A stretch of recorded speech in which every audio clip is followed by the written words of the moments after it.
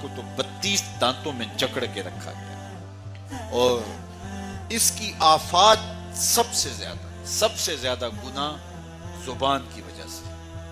تو فرمایا جو خاموش ہو گیا وہ نجات پا گیا، کیونکہ یہ بولتی ہے تو جھوٹ بولتی ہے، یہ بولتی ہے تو شکوے کا لہجہ اختیار کرتی ہے، بہتان لگاتی ہے، غیبت کرتی ہے، چغلی کرتی ہے، دو افراد کو تقسیم کرنے کا ذریعہ بنتی ہے، لوگوں کے دل دکھاتی ہے، اذیت پہنچاتی ہے، گالی سب و شتم یہ اس کا مزاج بن جاتا ہے۔ تو اس لیے زبان سے جب بولیں تو خوبصورت بات بولیں یا پھر خاموش رہیں، تو خاموشی نجات دیتی ہے، جو خاموش رہا وہ نجات پا گیا۔ علامہ رومی علیہ الرحمہ نے ایک بڑی خوبصورت بات لکھی ہے کہ ایک نوجوان تھا، وہ استاد کے پاس پڑھنے گیا اور تھا وہ بادشاہ زادہ۔ تو استاد نے جب یہ حدیث سنائی نا کہ من صامت نجا، جو خاموش ہو گیا وہ نجات پا گیا، تو شہزادہ خاموش ہو گیا۔ اب بادشاہ کو فکر لاحق ہوگی کہ بیٹا بولتا نہیں، کیا مسئلہ ہوا؟ وہ کا ماں کو بلایا، کسی نے کہا اس کو جو ہے وہ یہ دیا جائے، کسی کو کہا یہ دیا جائے، کسی نے کہا یہ دیا جائے، ایک حکیم نے کہا اس کو سیر کو بھیجا جائے۔ تو خادم روزانہ سیر کے لیے لے کر کے اس کو جایا کرتا تھا۔ ایک دن اس نے دیکھا کہ ایک درخت ہے جس کی گھنی شاخوں میں جانور بیٹھے ہیں، ایک شکاری تیر کمان لے کر کے گزر رہا تھا۔ اس نے غور سے شاخوں کو دیکھا، اسے کچھ دکھائی نہیں دیا، گزر گیا۔ ابھی گزرا ہی تھا کہ بیٹھی ہوئی فاختہ بول پڑی، تو وہ پھر پیچھے پلٹا اور غور سے دیکھا اور تاک کے تیر مارا، پھڑپڑاتی ہوئی فاختہ نیچے آ گئی۔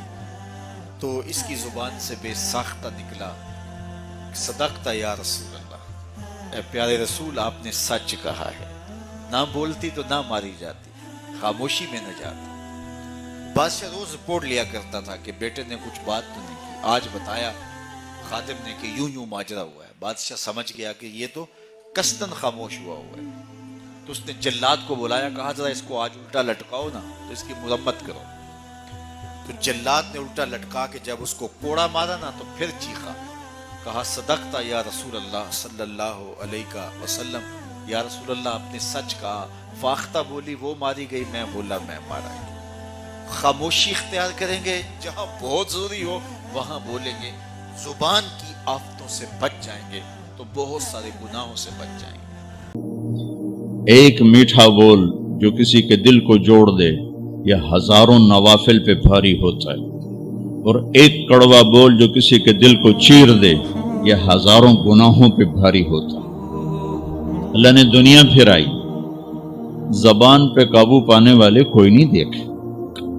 اب کراچی میں پھرو، آپ کو ماشاءاللہ لاکھوں نمازی ملیں گے، لاکھوں روزہ رکھنے والے ملیں گے، لاکھوں خیرات کرنے والے ملیں گے، ہزاروں علماء ملیں گے، لاکھوں حفاظ ملیں گے، لیکن میں درد سے کہتا ہوں یہ 3 کروڑ میں تمہیں 3 زبان پہ قابو پانے والے نہیں ملیں گے، نہ مرد نہ عورت۔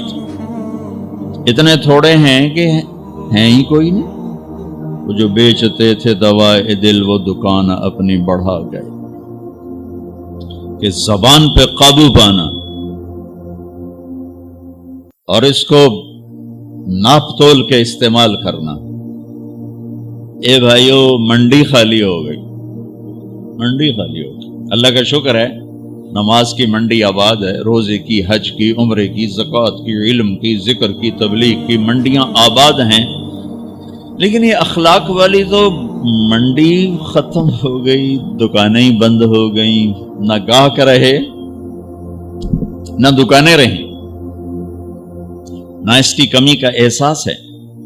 کسی بھی معاشرے کو جو چیز توڑتی ہے وہ بد اخلاقی ہے، اور کسی بھی معاشرے کو جو چیز جوڑتی ہے وہ اچھا سلوک اور اچھے اخلاق ہے، اور اس میں یہ زبان کا بول بہت بڑی طاقت ہے، بہت بڑی طاقت۔